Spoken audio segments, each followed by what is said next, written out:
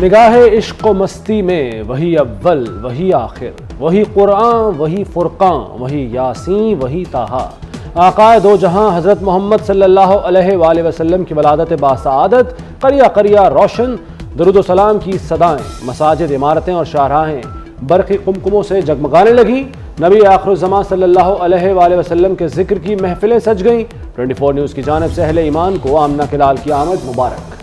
سرکار کی آمد مرحبا، شہر شہر نبی مہربان صلی اللہ علیہ وآلہ وسلم کی شان میں قصیدے، گلی محلوں اور بازاروں میں سجاوٹ دیدنی، گنبد خضرا اور خانہ کعبہ کے ماڈل اور سبز جھنڈیوں کی بہار، بچے کیا بڑے کیا سبھی عشق نبی سے سرشار، عاشقان رسول کا درود و سلام پڑھ کر نبی سے اظہار محبت، جامع مسجد داتا دربار میں روح پرور محفل، نعت خوانوں نے عقیدت کے پھول۔ عشق مصطفیٰ صلی اللہ علیہ وآلہ وسلم ہماری رگوں میں خون کی طرح دوڑتا ہے۔ وزیر اعلیٰ مریم نواز کا لاہور میں سیرت النبی کانفرنس سے خطاب، کہا انسانی حقوق کا پہلا درس سیرت النبی صلی اللہ علیہ وآلہ وسلم سے ملتا ہے۔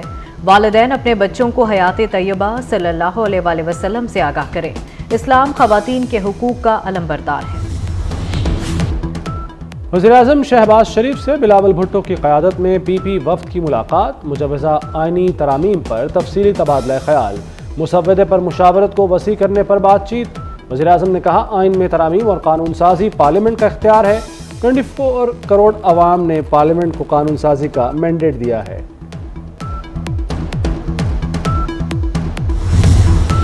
آئینی ترامیم کی گاڑی مولانا کے سگنل پر رک گئی، حکومت سر توڑ کوششوں کے باوجود ناکام، آئینی ترامیم پارلیمنٹ میں پیش نہ کی جا سکیں، قومی اسمبلی اور سینٹ اجلاس غیر معینہ مدت کے لیے ملتوی، وفاقی کابینہ کا اجلاس بھی مؤخر ہو گیا، حکومت نے مشاورت وسیع کرنے کا جواز اپنا لیا، اپوزیشن نے حکومت کی ناکامی قرار دے دیا، ترامیم روکنے کا کریڈٹ مولانا کو دے دیا، ترامیم کا معاملہ وزیر اعظم کی امریکہ سے واپسی تک ٹل گیا۔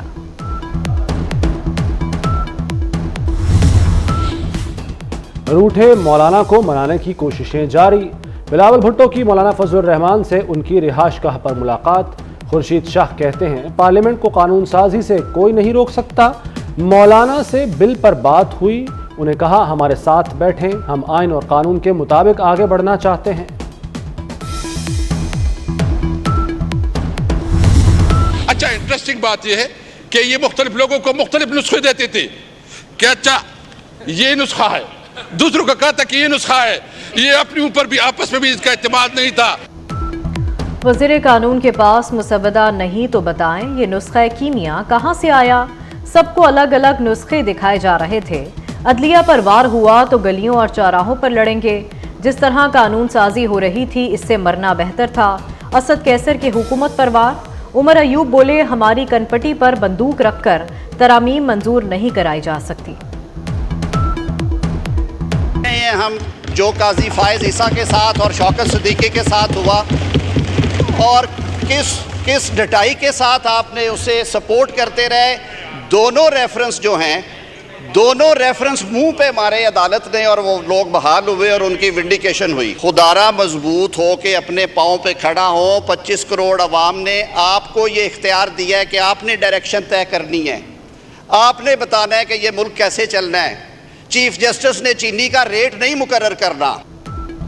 ملک کی سمت کا تعین پارلیمان کو کرنا ہے، چیف جسٹس کو نہیں۔ کوئی ڈاکہ، چوری یا رات کا اندھیرا نہیں ہے۔ کمیٹی کا اجلاس اتفاق رائے کے لیے ہی تھا۔ وزیر قانون اعظم نذیر تارڑ کا اپوزیشن کو جواب، کہا کابینہ میں مسودہ منظور ہو کر ایوان میں آئے گا، یہ ترامیم اتفاق رائے سے ہوں گی۔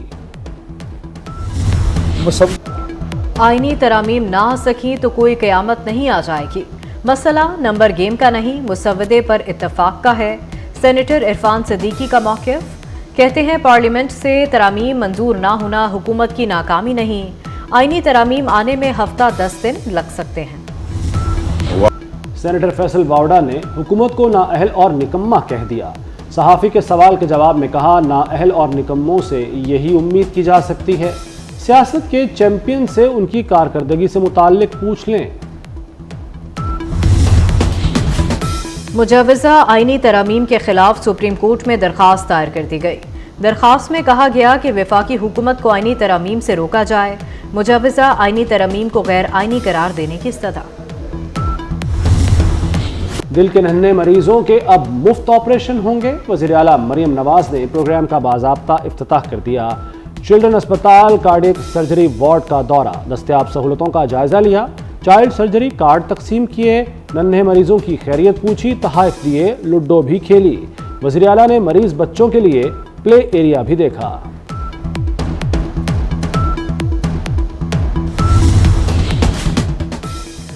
بانی پی ٹی آئی کا ملٹری کورٹ میں ٹرائل ہوگا یا نہیں، ایڈیشنل اٹارنی جنرل نے موقف دینے کے لیے وقت مانگ لیا۔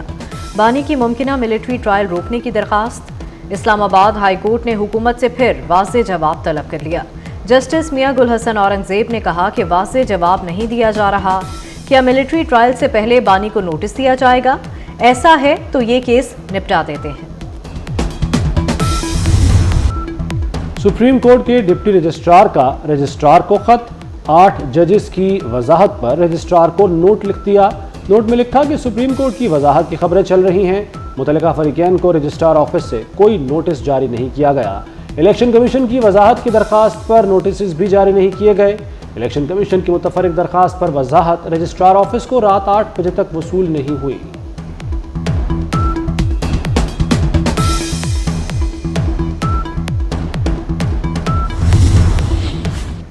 پی ٹی آئی کا مینار پاکستان پر جلسے کے لیے ہائی کورٹ سے رجوع، ڈی سی لاہور کو 21 ستمبر کے جلسے کے لیے درخواست دی، ابھی تک اجازت نہیں ملی۔ جلسہ کرنا ہر سیاسی جماعت کا بنیادی آئینی حق ہے، عدالت پی ٹی آئی کو مینار پاکستان پر جلسے کی اجازت کا حکم دے، درخواست گزار کا موقف۔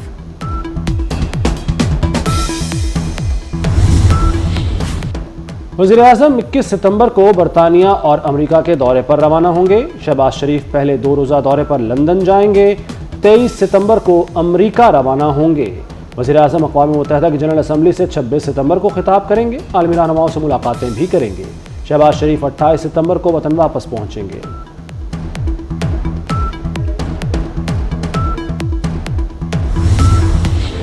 آئی ایم ایف ایگزیکٹو بورڈ اجلاس 25 ستمبر کو ہوگا۔ بورڈ پاکستان کے لیے قرض پروگرام پر غور کرے گا۔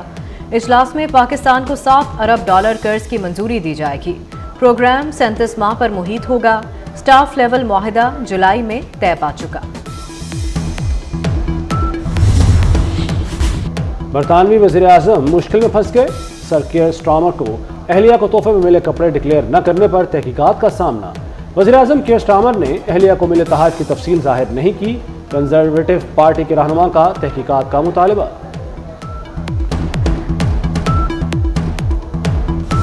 اور پاکستان ہاکی میں چین سے بھی ہار گیا، ایشین چیمپئنز ٹرافی میں پاکستان کا سفر تمام، چین نے پینلٹی شوٹ آؤٹ پر ہرا دیا، مقررہ وقت میں میچ 1-1 گول سے برابر رہا، فائنل میں چین اور بھارت آمنے سامنے ہوں گے۔